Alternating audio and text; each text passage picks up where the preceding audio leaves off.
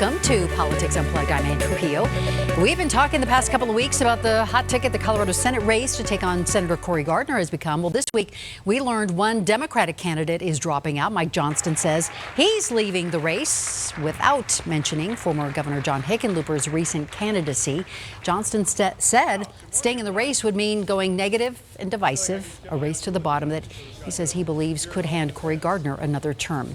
So now the race for Colorado's 6th congressional district is also heating up. It was just in January when Democrat Jason Crow took office, beating Republican Mike Kaufman, who had represented that area for a decade.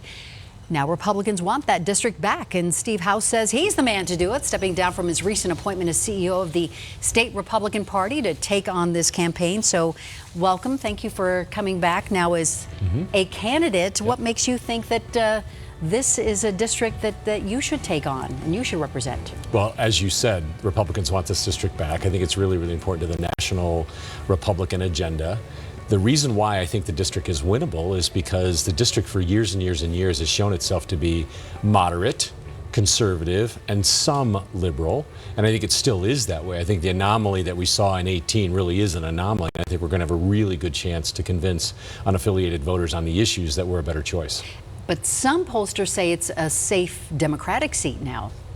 Not the polls that I've seen. Polls are kind of an interesting thing, right? You know, it's like, which ones do you believe? Right, and we'd love to talk about them. Plus, if you have 40+% of the district as unaffiliated voters, I think it really comes down to what message they want to hear, what issues they want to talk about. I think if you can get your Republican base to come out, and I think we'll probably do that, then we just have to really talk about the issues the unaffiliated voters want. I think you always have a chance in those circumstances. So what are you hearing from those 40% unaffiliated voters? I think the two issues that they're really concerned about are health care and immigration. I think from there you go to educational reform, some issues about jobs and growth in the cities. I mean, this is a district it's not a congressional district that belongs to Washington. It's a congressional district that belongs to a bunch of people that represent about 6 or 7 cities in there. They're interested about what's going on in their local communities, and that's what we're going to be talking about. Okay, so you're a healthcare executive. So correct. Where do you stand on healthcare? What do you want to say to the people of the 6th district? I think it's fairly clear that people like the idea of having access to health care. I think that's what Obamacare gave them, was access to health care. But they don't like the fact that it costs so much money on the premium level and on the deduction level and co-pays that they have to do. So I think what they'd like is they'd like to keep access to health care, but they'd like to have a much better cost structure than we do today. We're going to offer some proposals that actually do that, some real rational stuff that can convert from where we are to a very sound healthcare system that they can be more a part of, make more decisions in, and have a lower cost. So you don't have a very specific proposal yet? We're working on it right now, but there's several things that we'll do, including trying to move the insurance portion that is covering the non-hospital side of healthcare. I mean, it used to be that you would have major medical covering your hospital stuff and the rest of it you took care of yourself. There's some really creative ways you can do that, where you give patients the ability to use healthcare savings accounts or MSAs to pay for their doctor visits. And by the way, when you do that, you don't have to pay a deductible up front. You pay what you have in your account, and then if you use more than that, then you dip into your own money. So we'll see what happens. Okay, so you're a Republican. Do you support the president in every aspect? I think that it's very important for the president to be successful in this country, no matter who that person particularly is.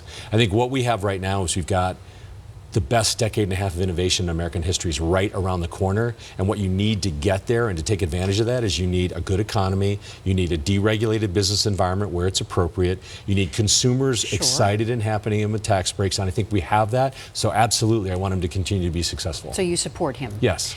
So you mentioned immigration. He's talking about moving military money to build the border wall that he had promised Mexico would pay for. Do you support that? Well, that's one of about 5 different issues on immigration. Well, we're talking about it right now, but right. Yes. So yeah, I support the idea that we do what we need to do, including a wall, to end the chaotic environment of illegal immigration, especially since 20,000 people get kidnapped and sent to gangs or taken by gangs in the trip into the United States, and that from Mexico and Central America, 6 out of every 10 women get raped in that process. I want that process to stop for their own good, let alone the chaos it creates at the border. So taking the money from military projects? Is I that haven't the right really thing looked to at the do? budgets to see exactly how they're doing that. I think you have to balance that. I mean, I think it's all about securing America, whether it's the military or the border. Those are both security issues because criminals coming into America is a big threat, just like a threat might be overseas.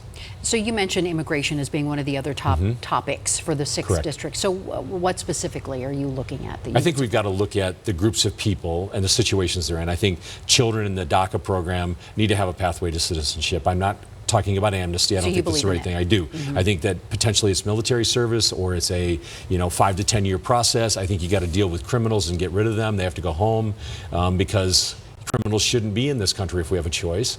And I think you have to look at visas and work visas. We need more people to immigrate to the United States. Some of them want to be citizens and some don't. Some just want to come here to work. I think we have to look at all of those things and make appropriate changes to our laws. So you've worked in politics for a long time. First time as a candidate?